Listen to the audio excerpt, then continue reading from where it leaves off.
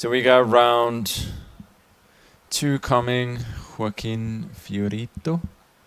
Never heard of that player. What's the... No, I don't know.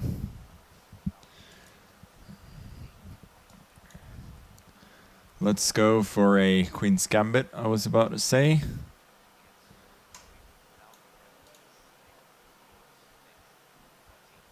This is a modern way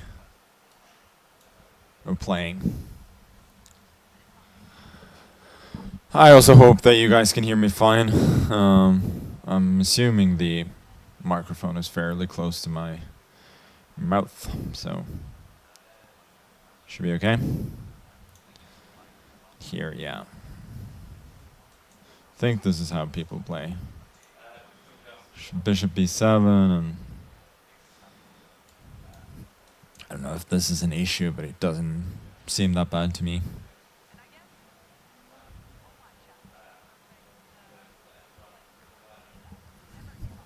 Otherwise, we have a very typical position where black is usually okay.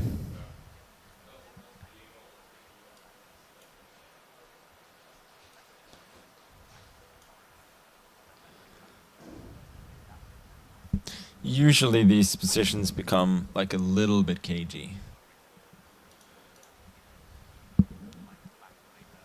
I don't know. This, I think I might start pushing this pawn. So this pawn was here to protect the b5 square, prevent his knight from coming there. So since his knight is so far away from there, I think I can start pushing the pawn.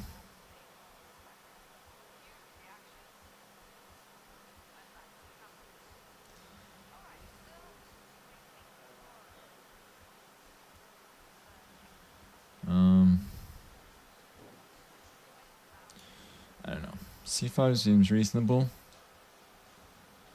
I like grabbing space when I can.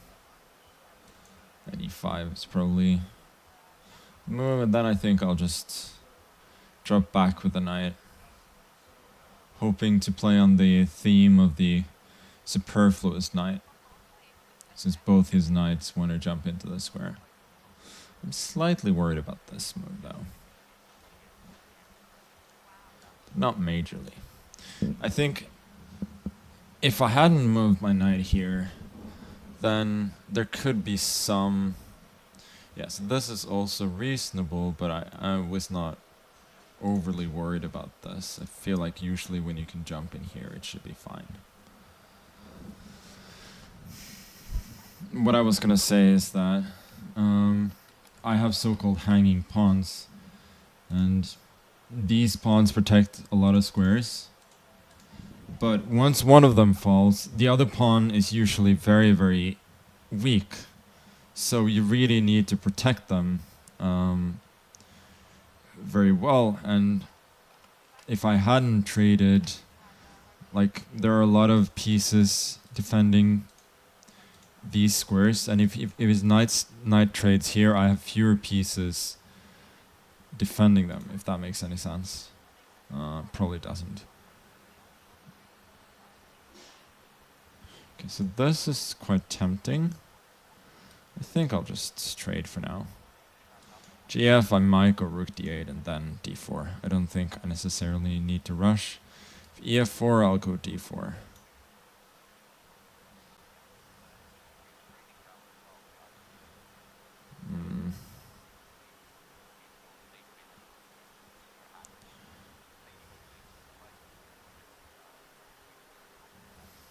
Yeah, this is not ideal. Probably have to go f5.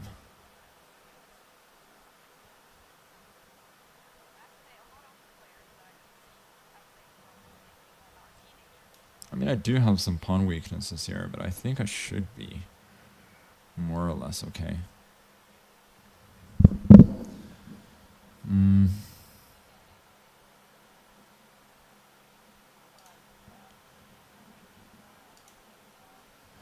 Protecting this pawn. Maybe knight d7 was a move too. Now this move I don't like for him. since he's allowing my knight to jump in. And also release a little bit of the tension in the center.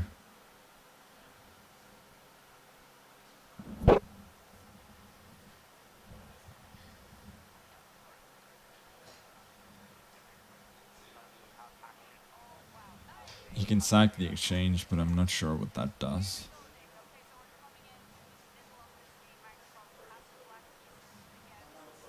Otherwise, queen c2, for instance, I'll take.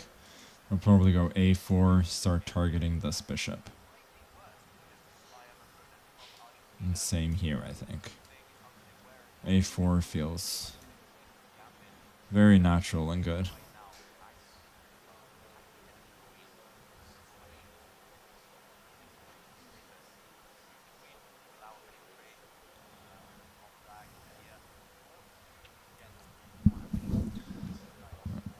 Queen b2 maybe, but that's a very sad move to make.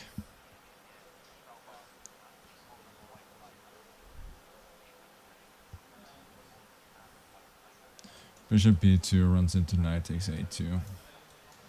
And ab3 next. And he does have certain good pieces, but I will have 3 pass pawns. Considering whether I should take with the queen, because if I take with the pawn, at least he gets queen to d3. And yeah, I think I should just do that. Keep some more control over the position. Rook c1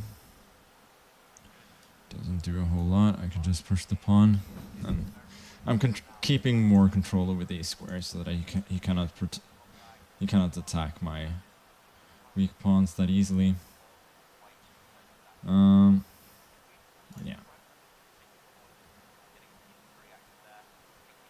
It's a good move.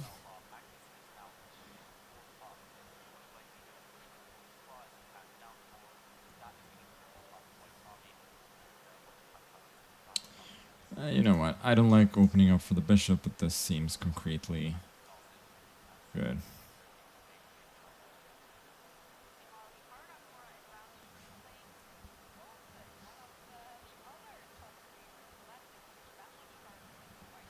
Yeah, knight f4, just preventing this check, and then I go with d2, forking his rooks. And here we just drop back with the queen and should defend comfortably. Knight c2, forking his rook and knight, and then here we can just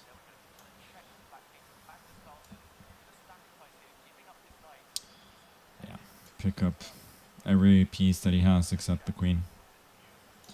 Sack the knight and then push the pawn.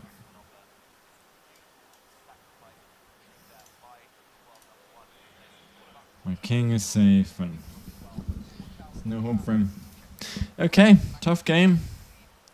I believe up until a certain point. No, the engine lights. Okay. F5. 90, so 96 was bad. 97. I thought about that briefly. Yeah, bishop a3 was the big mistake. No, yeah, after a4 I'm winning. But not easy, but it shows you kind of how little it takes sometimes to turn a completely normal position into a winning one.